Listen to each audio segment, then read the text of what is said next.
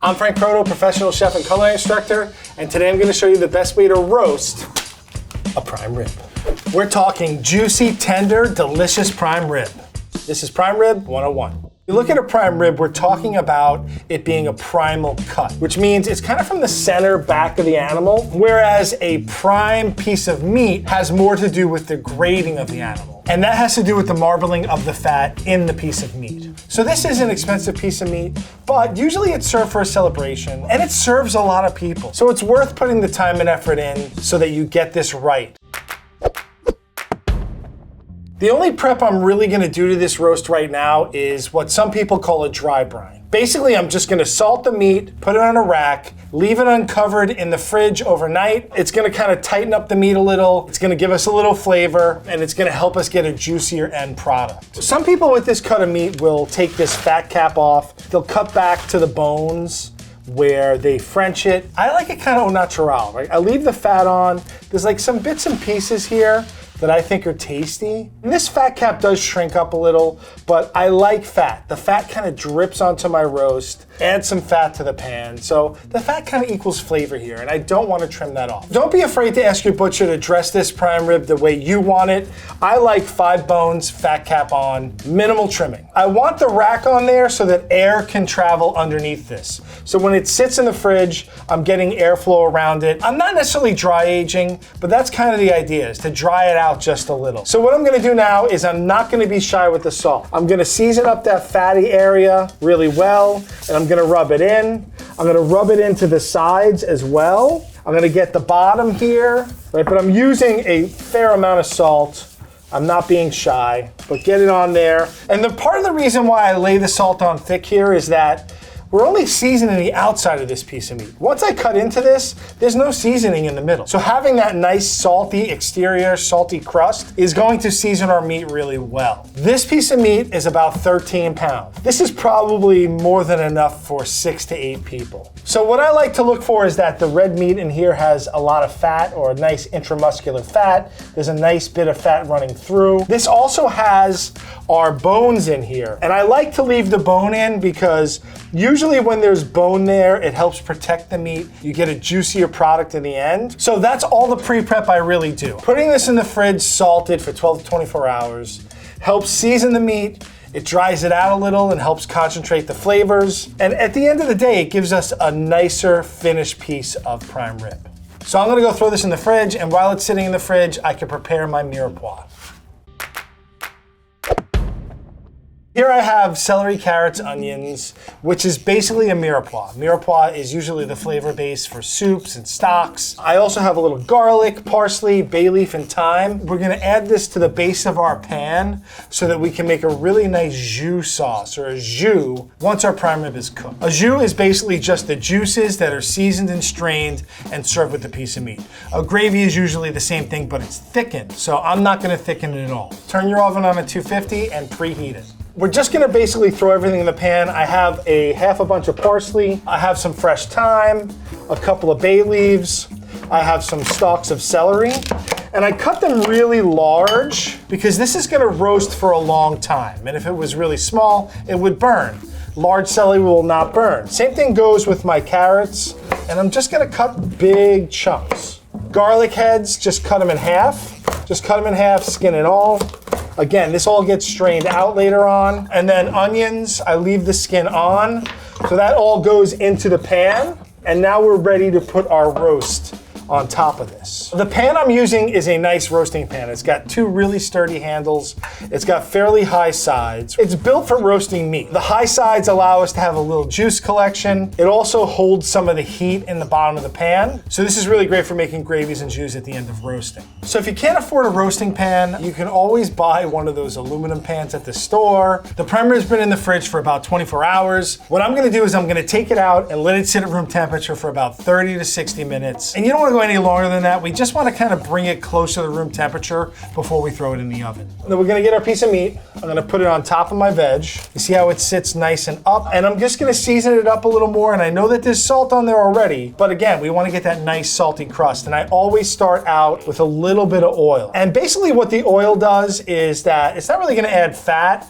It's just gonna let us get that salt and pepper stick. So I wanna go, again, generously with this. Get it on the back of the piece of meat. Don't be afraid. We're gonna use a fair amount of salt. A little pepper, right? We wanna go get the pepper on there. And then I have some chopped garlic. I don't use a lot of chopped garlic, just a little. This is just gonna help flavor that crust. And I'm just gonna kind of pat that garlic in. I'm not gonna go too crazy with it. Just put a little garlic in there so we get a little like flavoring in our crust. Because at the end of the day, yes, I'm gonna eat the meat, but this crust piece is probably like one of my favorite pieces. I want that to be flavored really well. So now that the roast is prepared, it's time to cook it. So the roast is ready to go into the oven, and I'm gonna do the reverse sear. I'm gonna put it in the oven at about 250 degrees Fahrenheit for about 3 to 3.5 hours, maybe 4. And then I'm gonna crank it up to 500 for about 10 to 15 minutes, just to get that outside super crispy. The benefit of this technique is that you're gonna get a nice rosy pink piece of steak, and you're not gonna have like that gray ring on the outside. A lot of times if you start high and then go low, you get a little bit of an overcooked gray ring on the inside of the meat. I want my finished roast to be medium rare, medium. I don't really like my meat super rare. I feel like it kind of tastes a little rubbery. I like to rotate my pan halfway through the cooking, 180 degrees, just to make sure I get an even roast. We're gonna let it go for a while until it's cooked most of the way through, and then we're gonna crank it up and get it really brown and crispy on the outside. All right, that's been in for about 3.5 hours, and you can see we got a nice crust on top. It's nice and brown on the outside. I just want to pick it up and eat it right now like it's a big apple, but we have to let it rest. But resting lets the juices redistribute through the piece of meat. If we cut it right now, it's gonna just juices everywhere. It's gonna be a complete mess. I'm gonna put it on a rack so that it doesn't sit in its own juices. It's raised from its juices. Any juices that run off from this, I can put into my jus. So I'm just gonna get a fork underneath, try not to burn myself. And then I have a piece of foil that I'm just gonna kind of tent over it lightly. I'm not gonna wrap it tight, but I'm just gonna try and keep some of that heat in there. We're just gonna let that sit there, let it rest for about 25 to 30 minutes, and then we can make our jus in the pan. We got a lot of beef juice collected here. Our vegetables are really nicely roasted. They're gonna be nice and sweet. We got some caramelization, and that's exactly what we want for our jus. I'm just gonna add some beef broth or beef stock to it, and then we can throw this on the fire and let it cook. So I have my roasting pan on the stove. It has all of my drippings. It has the beef stock and my veggies. And all I'm really gonna do is let this come to a boil, get all the brown bits off of the bottom of the pan. And that's basically deglazing the pan. That has all that nice caramelized juices from the steak. I'm gonna let this cook for about 3 to 5 minutes. I'll strain it and then we'll season it up.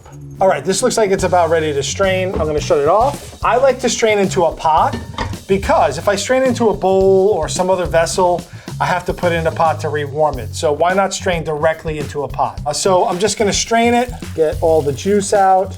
I don't mind the little fat. The fat is delicious. So a lot of people ask me, what do you do with the veggies afterwards? We've extracted the flavor. They're no longer of use to us. Just throw them in the compost bin. All I really have to do with my jus right now is season it up. I'm gonna put some fresh cracked black pepper. I'm gonna hit it with some salt, right? Season it up. We want this to be seasoned really well. I have a tasting spoon. I'm gonna give it a taste. Delicious. It's meaty, it's brothy, and it's gonna be a great accent to that nice slab of medium rare meat. The jus is good to go. It's time to serve up our prime rib.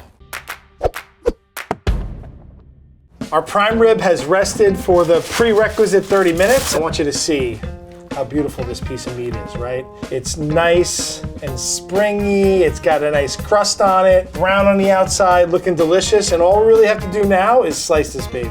I'm gonna cut it right down the center. I like to stand it up so that I can see where the joints between the bones are. So I'm not hitting any bones, right? There we go. And you guys ready? Drum roll, please. Look at that.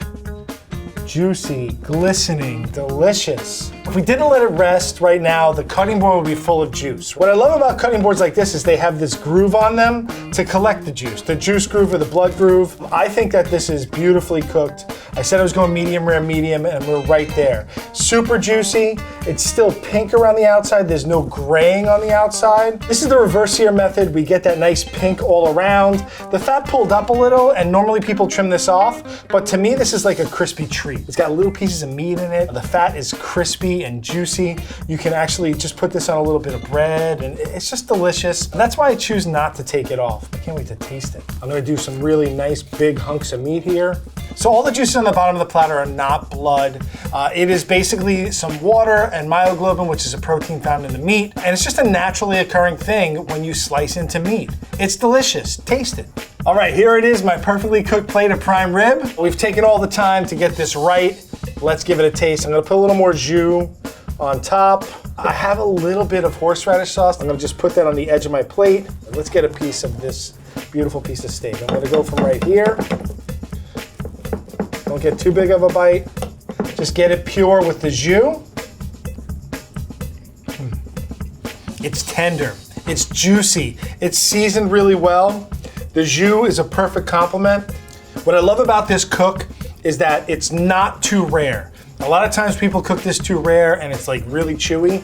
It's a perfect, even cook. I'm really happy with the way this came out. The texture is beautiful, the flavor is amazing. I know that prime rib can be expensive and intimidating, but you follow these techniques, you pull this out of the oven and slice it and serve it to people, they are going to be impressed. This is a restaurant quality dish.